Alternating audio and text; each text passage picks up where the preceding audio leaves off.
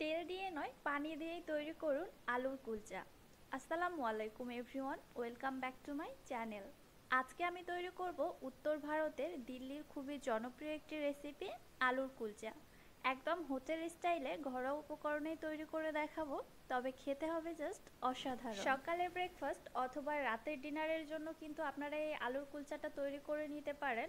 যে কোনো সবজি অথবা মাছ মাংসের সাথে কিন্তু খুব ভালো জমে যায়। এই আলুর কুলচাটা দেখতে যেমন নরম এবং সফট, খেতেও কিন্তু মাশাআল্লাহ অনেক বেশি মজাদার। আশা করছি দেখে বুঝতে পেরেছেন কত বেশি পারফেক্ট হয়েছে। সো কথা না বাড়িয়ে চলুন ঝটপট রেসিপিটি দেখে আসি।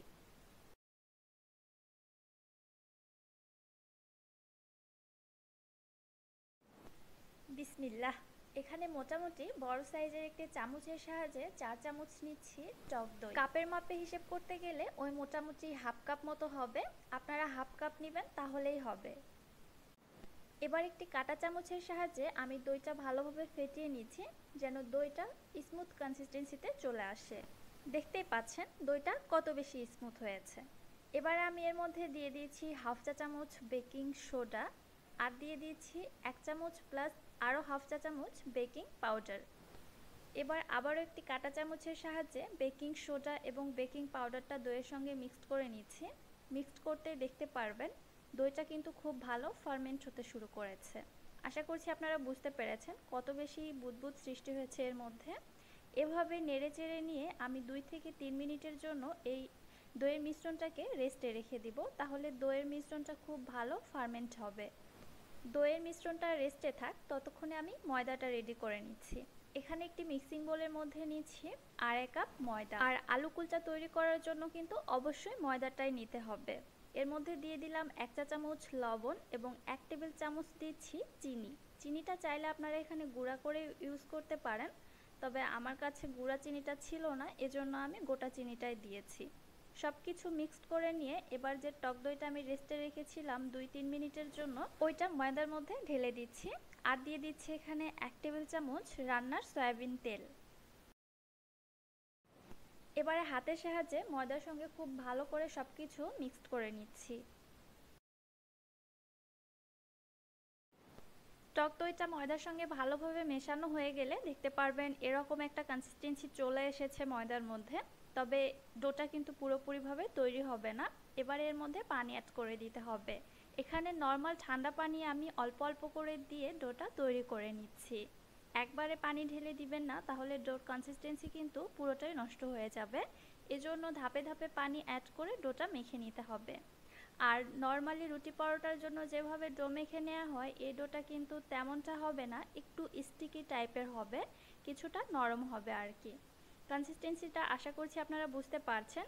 হাতের সঙ্গে খুব বেশি লেগে আসছে, এজন্য আমি এখানে 1 চামচ মতো তেল দিয়ে আবারও ডোটা খুব ভালোভাবে মেখে নিচ্ছি, ডোটা সফট হয়ে আসা পর্যন্ত। প্রায় 5 থেকে 6 মিনিট এই ডোটি আমি কন্টিনিউয়াসলি মথে নিয়েছি, খুব ভালোভাবে সফট হয়ে এসেছে দেখতেই পাচ্ছেন। এবারে এই ডোটিকে রেস্টে রেখে দিব। খুব ভালোভাবে একটি গোল শেপ দিয়ে ডোটিকে আমি একটি র্যাপিং পেপার দিয়ে র্যাপ করে রেখে দিচ্ছি প্রায় 1 ঘন্টার জন্য।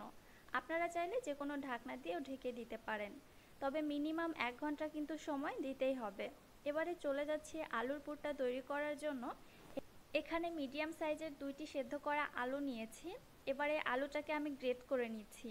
আপনারা চাইলে যে কোনো উপায়ে ম্যাশ করে নিতে পারেন, তবে লক্ষ্য রাখবেন আলুর মধ্যে কোনো লাম্পস বা বড় টুকরো যেন না থাকে, খুব ভালো করে ম্যাশ করে নিতে হবে।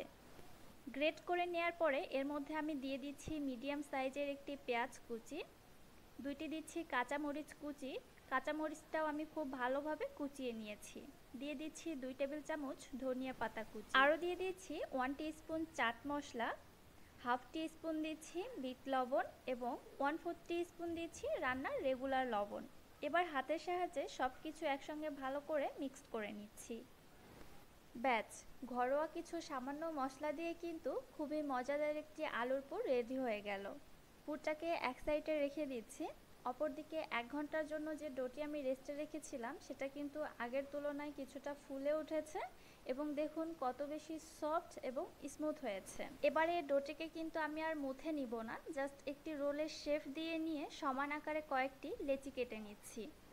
লেচিগুলো কিন্তু খুব বেশি বড় হবে না, আবার খুব বেশি ছোটও হবে না, মিডিয়াম সাইজে লেচিগুলোকে কেটে নিতে হবে। লেচিগুলো কেটে নিয়ে আমি এরকম ছোট ছোট বল তৈরি করে নিচ্ছি খুব স্মুথলি, দেখতেই পাচ্ছেন। সবগুলি লেচি তৈরি করে নেওয়ার পরে আবারও কিন্তু এই লেচিগুলোকে রেস্টে রেখে দিতে হবে 10 থেকে 15 মিনিটের জন্য। আমি একটি র্যাপিং পেপার দিয়ে র্যাপ করে রেখে দিচ্ছি। ফিরে আসছি আনুমানিক 15 মিনিট পর। 15 মিনিট পর একটি করে লেচি নিয়ে আমি কুলচা তৈরি করে নিচ্ছি এবং বাকি লেচিগুলো কিন্তু ঢেকে রেখে দিব। লেচিগুলো হাতের সাহায্যে চেপে চেপে এভাবে একটু ছড়িয়ে নিচ্ছি যেন মাঝখানে একটু বাটির মতো শেপ চলে আসে। এরপরে আগে থেকে তৈরি করে রাখা আলুর পুরটা মাছ বরাবর দিয়ে সাইড থেকে উঠিয়ে এভাবে আমি বলটা আবারও গোল করে নিচ্ছি। দেখতেই পেলেন কত ইজিলি তৈরি করে নিলাম। এবারে সামান্য একটু ময়দা ছিটিয়ে নিয়ে আমি কুলচাটা বেলে নিচ্ছি।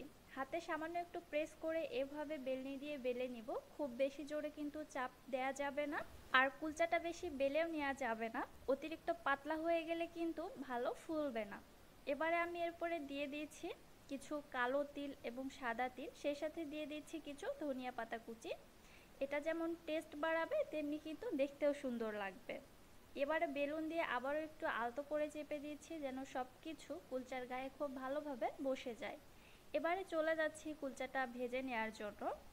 এখানে ফ্রাইং প্যানে আমি দিয়ে দিচ্ছি সামান্য কিছু পানি। তার আগে কিন্তু ফ্রাই প্যানটা খুব ভালোভাবে গরম করে নিয়েছি। পানিটা দেওয়ার পরে দেখবেন অসংখ্য বুদবুদ তৈরি হয়েছে। সঙ্গে সঙ্গে এর মধ্যে কুলচাটা দিয়ে আমি ঢাকনা দিয়ে ঢেকে রেখে দিচ্ছি এবং চুলার হিট মিডিয়াম টু লোয়ের মাঝামাঝি রেখে অপেক্ষা করছি প্রায় 2 থেকে আড়াই মিনিট। এর মধ্যে কিন্তু কুলচাটা খুব ভালো ফুলবে। আশা করছি বুঝতে পেরেছেন কত বেশি ফুলেছে। এবারে উপর থেকে আমি সামান্য একটু ঘি দিয়ে ব্রাশ করে নিচ্ছি। আপনারা চাইলে এখানে বাটার দিয়েও ভেজে নিতে পারেন। উপর থেকে ঘিটা ভালোভাবে ব্রাশ করে নিয়ে এবার কুলচাটা আমি উল্টিয়ে নিচ্ছি। ঠিক একইভাবে অপর সাইডেও আমি ঘি ব্রাশ করে নিচ্ছি। এভাবে উল্টে পাল্টে ভাজতে ভাজতে দেখবেন কুলচাটা একদম পুরোপুরি ফুলে বেলুনের মতো হয়ে যাবে। আশা করছি আপনারা বুঝতে পারছেন কত বেশি পারফেক্টলি কুলচাটা ফুলেছে। দুপাশে ভালোভাবে ভেজে এবারে আমি উঠিয়ে নিচ্ছি। একে একে একইভাবে সবগুলি কুলচা আমার ভেজে নেওয়া হয়ে গিয়েছে। দেখতে পাচ্ছেন কত বেশি পারফেক্ট হয়েছে, কত বেশি নরম এবং সফট হয়েছে। এবং আমি ভেতরটা আপনাদের ছিঁড়ে দেখাচ্ছি। ভেতরে আলুর পুরের ঠাসা, আর খেতে যে কত বেশি মজা আপনারা না তৈরি করে খেলে সেটা বুঝতে পারবেন। আশা করছি রেসিপিটি আপনাদের কাছে ভালো লেগেছে। রেসিপি ভালো লাগলে যারা ইউটিউব চ্যানেল থেকে দেখছেন চ্যানেলটি সাবস্ক্রাইব করে পাশে থাকা বেল আইকনটিতে ক্লিক করে রাখবেন আমার পরবর্তী ভিডিও নোটিফিকেশন সবার আগে পাওয়ার জন্য। এবং যারা ফেসবুক পেজ থেকে দেখছেন পেজটিতে অবশ্যই একটি লাইক অ্যান্ড ফলো দিয়ে দিবেন। সো আজকে আর বেশি কথা বাড়াচ্ছি না, আজকের মতো এখানেই বিদায় নিচ্ছি। আল্লাহ হাফেজ।